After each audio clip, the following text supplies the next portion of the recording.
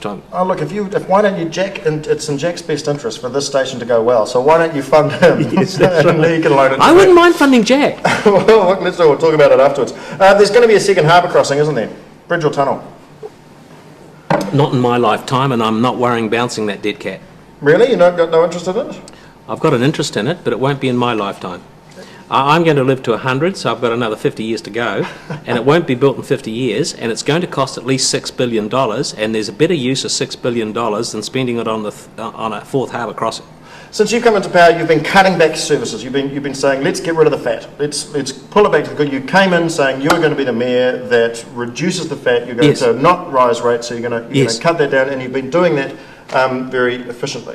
One of the things that you've been doing with that, though, is one of the things I want to talk about personally, on a personal level, is the Q Theatre, which is looking to be developed in the back of the town hall area there. 7 years it's been going. 7 years of people trying to get that theatre going.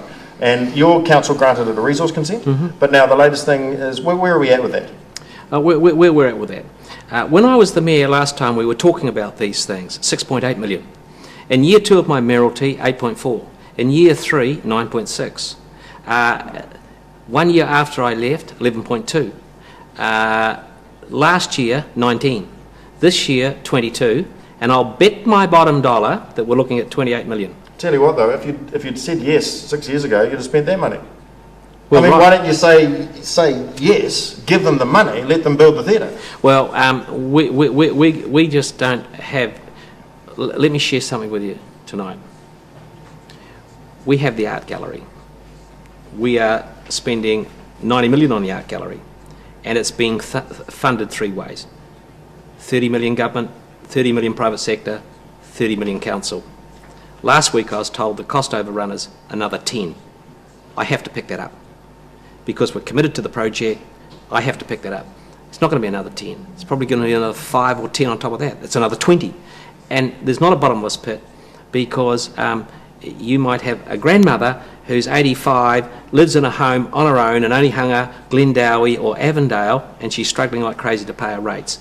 I can pay my rates on the northern slopes of Remuera, but I don't know about your elderly grandmother living in Avondale, Glendowie, or Hillsborough. You know, I've got to run the city in the best interest of everyone around affordable progress. Now, coming back to the Q Theatre, quite specifically, we've put our shoulder to the wheel. We've said yes to 9.8 million. Yes. Tick.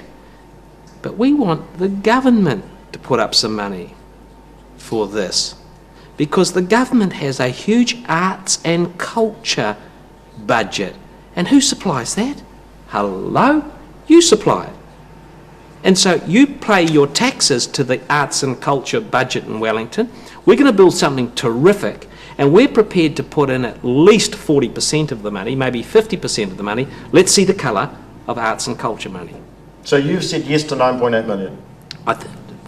To be honest, it could be 10.2. But you've said yes to around 10 million? Absolutely. With a caveat that says only if the government stumps up with the same amount of money. And the good news as of today, I think it's trucking along reasonably good. But I'm not sure there's as many detractors, not me, I'm not a detractor. I've said yes. There are as many detractors around the Q Theatre as there are supporters. Really? Like who? I would have thought that the only detractor, if you're talking about the arts community, that's what I mean. The only detractors in the arts community are The Edge but you know, the arts, and ATC. But I respect their point of view. I'm not about to bag them. I support the Q Theatre. I have said yes. Some of my colleagues wanted to kill it, as you know. I could have killed it. I could have killed it. I didn't, and I don't want to. I want to promote it. I want to support it. I want to be positive. I think it'll be cool, and we move on. But I've got to say, from time to time, no, because we haven't got a bottomless pit of money. The last council raised rates by 10, 11 and 13% over 3 years. Every year double digit. But we also have an Auckland central city that, let's face it, isn't a particularly attractive place to go. You know, now if I want to go into Auckland City, into your city, you can widen the footpaths all you like, but that's not going to get me in there, because we live in a region where I live in West Auckland, so there's everything that I need in West Auckland. I don't need to come into the city. I've got cinemas, I've got, you know, everything like that. That's surely the things that brings us into the city. are the heart, the arts, the culture, the vibrancy. And that when you look at the fact that every other city in the world has, some sort of great theatre, that we don't have that. We're very good at demolishing them and ripping them down and turning them into churches. Isn't part of what we're trying to do with the city, or part of what you should be doing with the city, is making this city a vibrant, attractive, filled place to be? Absolutely. And because what do you go to at night in Auckland City? Absolutely, and that's why I've ticked off the Q Theatre.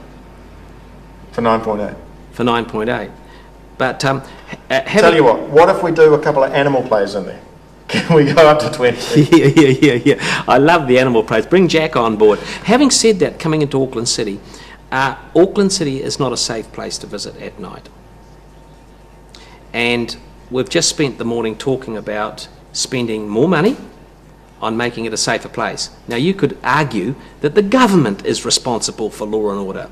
The bashings on Queen Street over the weekend, the urinating in the shop doorways, the vomiting, the bad behaviour, and the drunkenness and boy races, the whole mixture of booze, drug, fuelled bad behaviour, antisocial behaviour, is the government's problem. And I'm saying yes, predominantly it is. But if we want to get real, Auckland City's got to put some reinforcing around that, and we've got to spend money. How long are you going to be mayor? As long as the people will sort of put up with my foibles. Don't ask me to spell that word. I was going to ask you what your worst foible was. Yeah, I couldn't tell you on this family program. Oh dear. Lord Mayor John Banks, it's been a pleasure to have you on the show. Good luck.